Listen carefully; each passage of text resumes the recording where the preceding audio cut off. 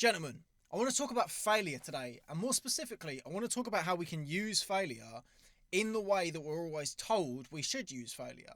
We're told time and time again in the pursuit of self-improvement that we need to embrace our failures and we need to take our failures and use them to carry on going forth, or that failure in itself is just a prerequisite of improvement. And to that, I would 100% agree.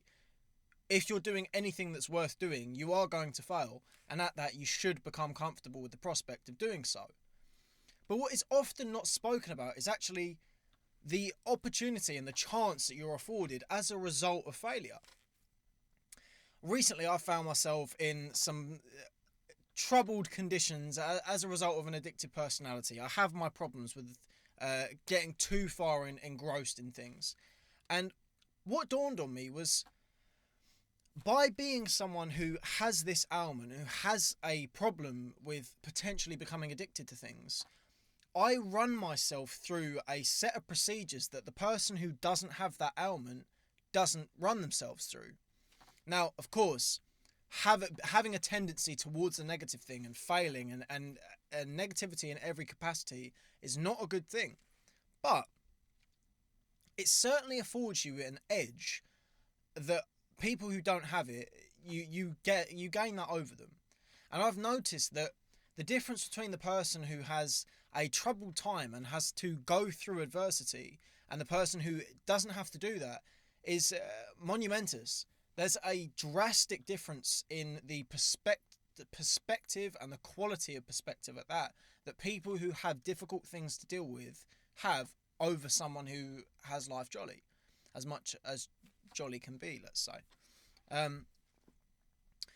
So I'd be interested just to go into this idea that if you have a problem, or if you make a mistake, or if you fuck up in any capacity, that you're actually affording yourself an opportunity to grow that people who don't have the problems that you have don't get.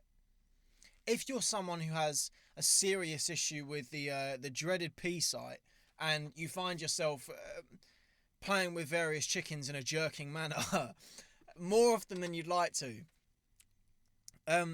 you will invariably become irritated at what it is that you're doing. You're going to become more and more annoyed at the fact that you cannot kick this ailment of yours, or you keep doing the thing that you know you don't want to do. And with that irritation and with that anger comes drive and impetus and prowess to change this issue and to do something about where you find yourself. Now, as I say, the person who doesn't have to deal with this problem, yes, they don't have to deal with the problem, but they don't get to deal with the problem. And this is the reframing that I would urge you to look into when it comes to your shortcomings and the things you're not so good at. Is look at your negatives and the things that you don't like about yourself as an opportunity to become better than the person who doesn't have these issues. I firmly believe that the more adversity that you put yourself through and the more difficulty that comes your way, the more opportunity you have to become better. So the person who does have to deal with the prospect of becoming addicted to something, or the person who does have to deal with the prospect of a rapid sense of anxiety in themselves, or rampant rather, the people that have to deal with these problems, or just general life issues, the people that have to deal with these have an advantage over the people that don't, because they're afforded a trial run, so to speak. You know, think of it this way: if you were to send a tank out into the battlefield, and the first shell that fires its way obliterates that tank, you recognise that next time I make a tank, I need to do something different to what it was this time, because the front clearly isn't strong enough and I need to put something there. So with that trial run, you now put another tank out that has a stronger front, and maybe it bounces off the front and doesn't do so much damage, but it doesn't carry on going. And the next time you put a tank out, you go, right, I need to put this layer here and this layer here and this layer here, and then your tank works and it gets through. The person who isn't afforded the battleground to test the first tank on will put that tank out the day that it needs to be put out, and it will be obliterated within one. It has not been tested the way that the first tank has been tested, And with that, it's never going to be as strong. And that's the truth. It is the reason why adversity and the pursuit of adversity, in terms of going and having a cold shower or going for a run or martial arts or whatever it is, the reason why we're told to pursue these things is because it's the prospect of armoring yourself for what is to come. And what is a very helpful frame of mind to flip into is the fact that every single day of your life has this quality to it, particularly the times that you're struggling with. The times where something has gone wrong, or you are worried about yourself, or there is just general anxiety to your world, is another opportunity to do the exact same thing you do when you go in the cold shower. It's so difficult to have this reframe, which is why I wanted to say this to people, because I think when we're in the depths of our shit and we can't see anything more than the fact that life is miserable at the moment and I'm struggling, having a perspective of that what it is that I'm experiencing at the moment is an opportunity to be better the next time something like this comes around is a fantastic place to get yourself into. And what I would like to branch off into with this is the fact that in the pursuit of self-improvement, and at that, in the pursuit of just betterment of quality of life, we invariably hold ourselves to a standard that is, for lack of a better word, unreasonable. And we cannot separate ourselves from this idea of who we are and what we want to be. It's like this one merged idea of I want to be one thing and I'm not currently that thing, so I feel bad about that. And it's the constant test of self-improvement. And why I'd like to tie this in is because I think it's the contractual obligation that comes with self-improvement that people don't necessarily recognize before they're already up to their knees and maybe up to their bollocks.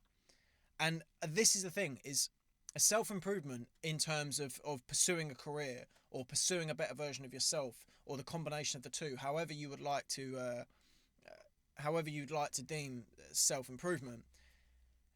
The real difficulty comes in the banality.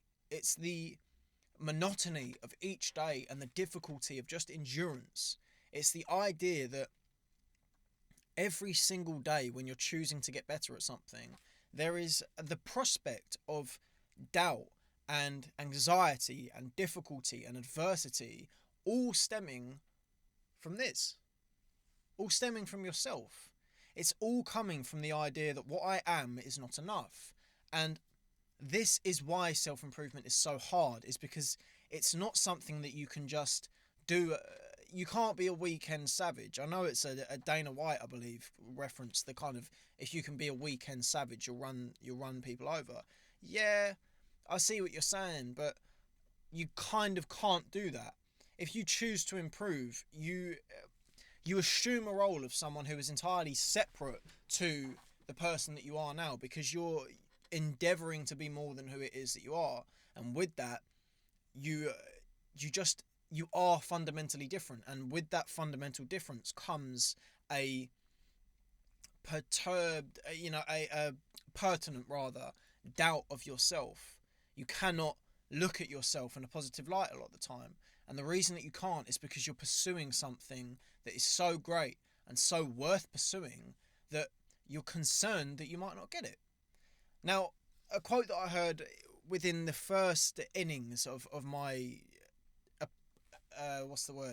of my desire to improve, just to put it simply, is that losers always think they're doing too much and winners always think they've never done enough. Now, at the time, I didn't understand what it was that meant, and I assumed that I put myself in the winners category, but I kind of had a suspicion around what it was that actually was being said there, in the sense of I didn't really believe what I was saying when I said that I was the winner. And over a long period of time, it's become more and more aware, and I've become more and more aware of the fact that when you choose to do great things and when you choose to do things that are worth doing, you're going to spend a really uh, you're going to spend a long time not feeling so good about it. You're going to spend a long time feeling as though you're not getting what it is that you want because you don't currently have it. You're going to look at empirical evidence of the fact that you are improving, and you're going to find very much irrational ways of disproving and dispelling this evidence as viable. You are not going to take even the most obvious of suggestions or proof as anything more than just, oh yeah, well, but. And that's just the way that it is, and that's what self-improvement is. It is There's such a long grinding process that occurs when you choose to become someone different, and for 90% of the time it will be anything between indifference and difficulty. You will find yourself question yourself to a capacity that is at times incomprehensible, and more often than that, almost insane. You will find yourself going through loops of thought that are so irrational and so absurd that you actually question, what the fuck am I talking about? And I don't want to cast this. I don't want to put this colouring over choosing to be a better person that makes it seem like an unattractive prospect, because I'll reinforce now until the end of time that as difficult as it is to become something more than you are, it is the sacrilege of human work. The human's life work must be to become something more than he is, and to be something that's worth being. And I honestly believe that it's a Buddhist saying that I hold true to my heart and really have time for, is the fact that life is suffering. And with that, life is suffering in whatever way you choose or do not choose it to be. You can choose the painstaking efforts of this simple pain at that, of just becoming a better person, and you can endure the pain of monotony a lot of the time, or you can choose the pain of regret via inaction. You can become the person that in some amount of years time wishes they did more than what they did, or you can become the person who at every point in which a thought of similar capacity comes into their minds, just rejects the thought and pushes the thought back into the depths of their mind, only to perturb them and haunt them another day. What we're doing here and what we're trying to do when we become better at anything is difficult. And that's the thing, is of course it's difficult. That's why we're doing it. It's bound to be hard. It's supposed to be hard.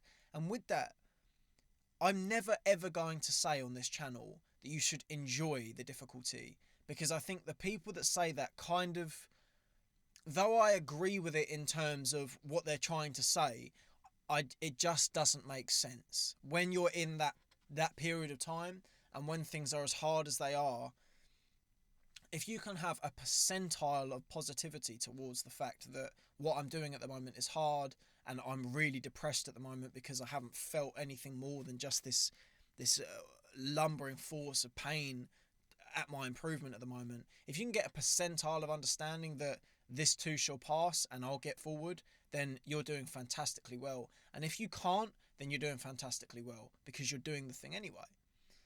So I don't urge anyone to embrace the suffering and embrace the good and find joy in it, because at least in my experience, I am yet to find joy in the experience in that same way. I think the closest thing that you can find is a kind of a chip on your shoulder.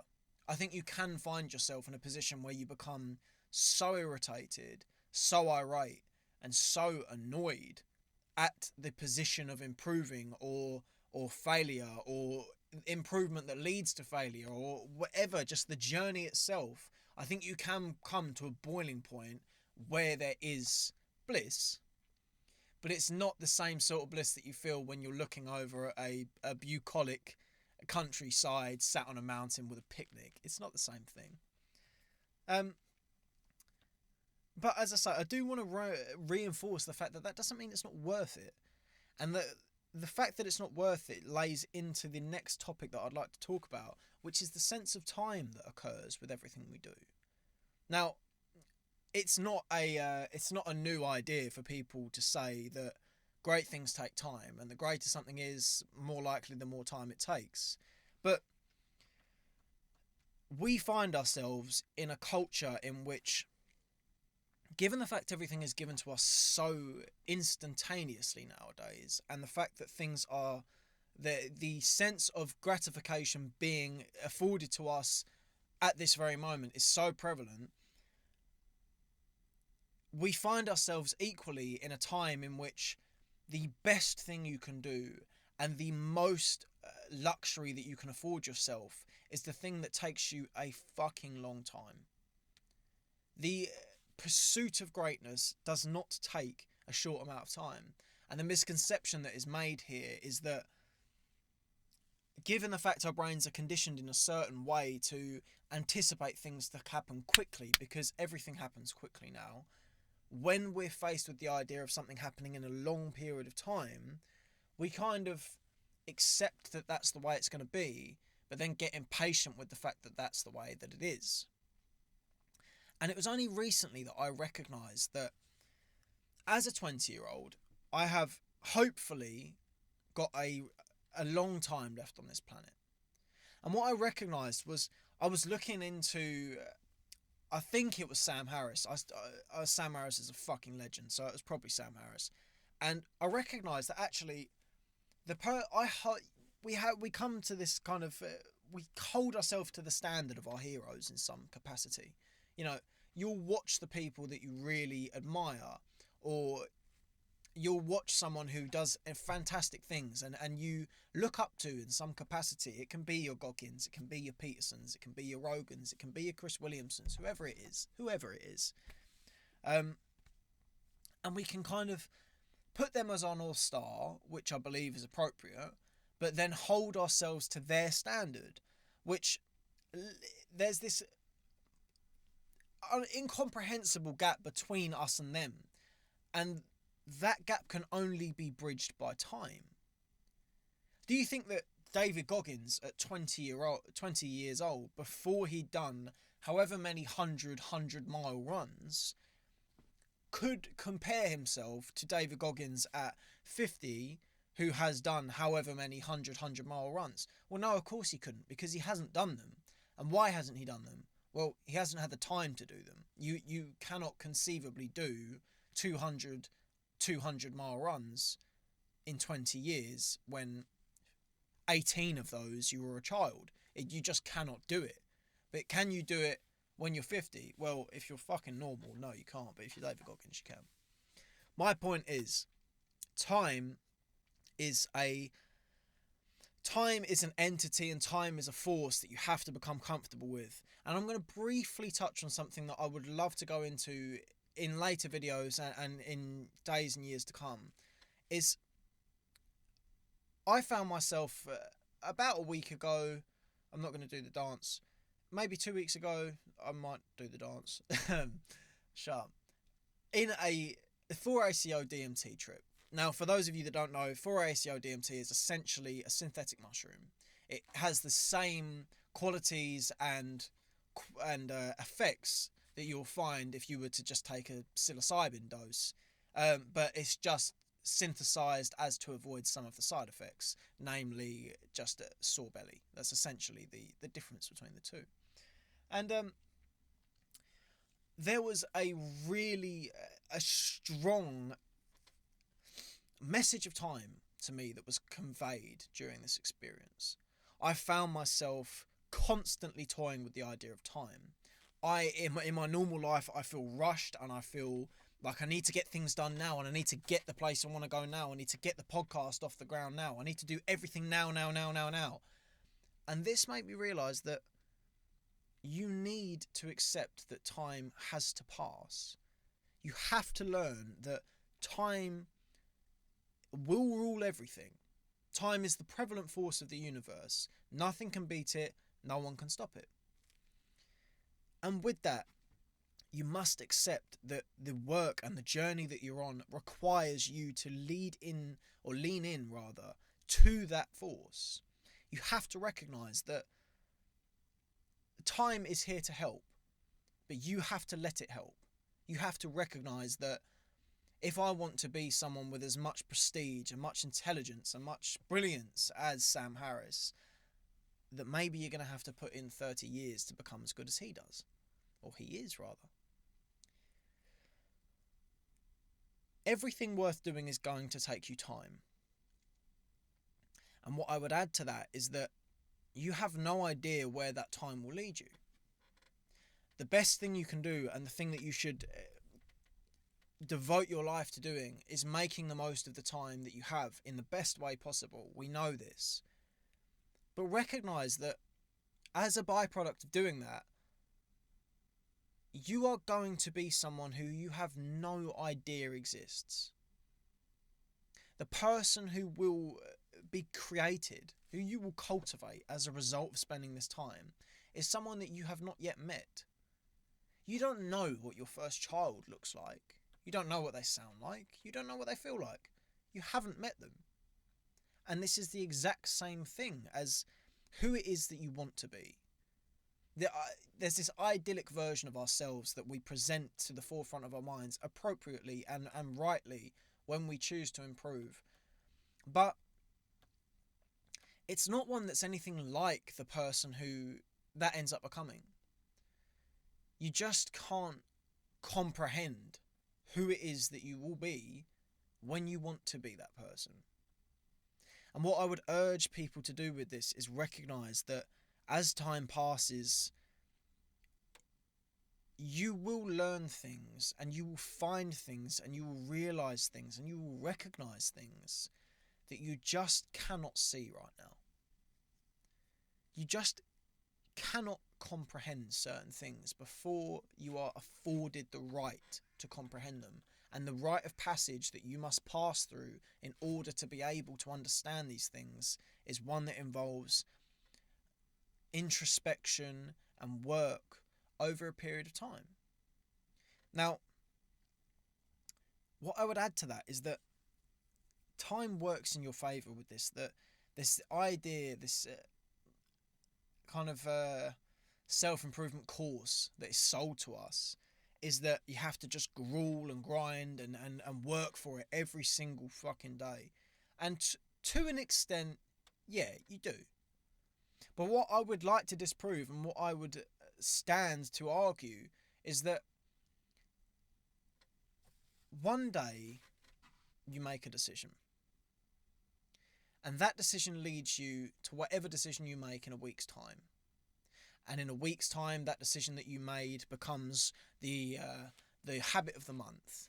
And after 1 month of doing something, by the end of the year, you can find yourself feeling a different way about who it is that you are, because you've ran your brain through a different perception and you've run a different model through your mind. What I'm alluding to here is the fact that the domino effect is very much prevalent when it comes to improving. There came a day that, for whatever reason, the 2 stone overweight, nicotine addicted, alcohol loving, wanking wanker that sat in front of his TV all day and his phone for the rest of the time decided that it was time to become someone like the person that speaks to this camera. Now, I don't know why that happened. I don't know when it happened. It just happened. And as a result of choosing to do something different with myself, I opened the doors of perception to the fact that there is a different way of being to the way that I am. And as a result of doing that, I decided that what I did today, maybe I'm going to do that tomorrow. And at that point, I recognised that I was changing something. And I was doing something differently. I would urge that if you choose to do something that is worth doing, that you open yourself up to the possibility and the power of time. And you recognise that there is work involved and there's a lot that you need to do, but you have a lot of time to do it.